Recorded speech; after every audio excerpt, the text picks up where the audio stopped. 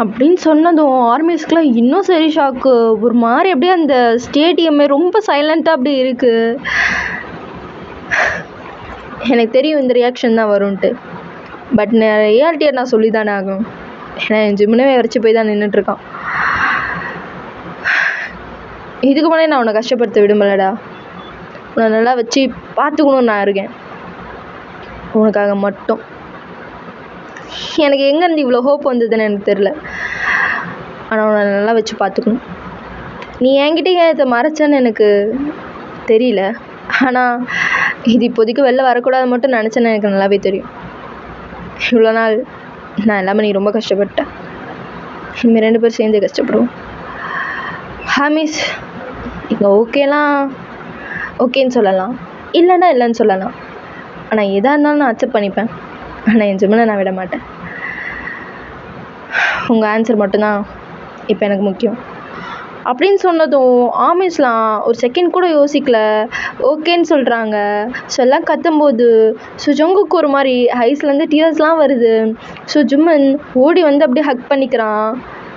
ஏன்டா சொன்ன, நாளைக்கு பிரச்சனை வராதா? பிரச்சனை இருந்தால் பார்த்துக்கலாம், உன்னை விட எனக்கு எதுவும் பெருசாக இல்லை, ஐ லவ் யூ அப்படின்னு சொல்லிட்டு ஹக் பண்ணிக்கிறான். ஸோ மற்ற நம்பர்ஸும் அப்படி பார்த்து ஸ்மைல் பண்ணுறாங்க. தேங்க்யூ ஆர்மிஸ், உங்கள் எல்லா சப்போர்ட்டுக்கும் அப்படின்னு சொன்னதும் ஜிம்மன் விக்கெட்டில் போய் கேட்டால் என்ன சொல்லுவேன், என்னை அவ்வளோ சீக்கிரம் துரத்த மாட்டாங்கடா, ஏன்னா நான் ரொம்ப வாழை பிடிச்ச பையன் இல்லை. நான் நீ கவலைப்படாத, ஐ லவ் யூ. உன்னையும் என் குழந்தையும் நல்லா பார்த்துப்பான். ஐயோ, எனக்கு இப்போ பையன் பிறக்குமா இல்லை பொண்ணு பிறக்குமான்னு ரொம்ப ஆர்வமாக இருக்குடா டி அப்படின்ட்டு எல்லாரும் முன்னாடியும் அப்படியே கிஸ் பண்ணுறான். டீ என்னடா பண்ணுற?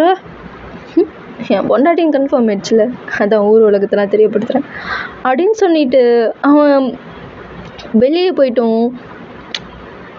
தங்கம், நீ வெளில வரும்போது அவன் அப்பா பெரிய ஸ்டாராக இருப்பேன், உன்னை எல்லாரும் மதிக்கிற அளவுக்கு நான் இருப்பேன், சீக்கிரம் வெளில வந்துரு அப்படின்னு சொல்லிட்டு அவன் வெள்ளிக்கிட்ட சொல்லிகிட்ருக்கான்.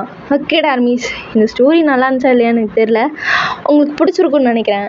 பிடிச்சிருந்தா லைக் பண்ணுங்கள், சப்ஸ்கிரைப் பண்ணுங்கள், கமெண்ட் பண்ணுங்கள் மிஸ். ஓகே, பாய்.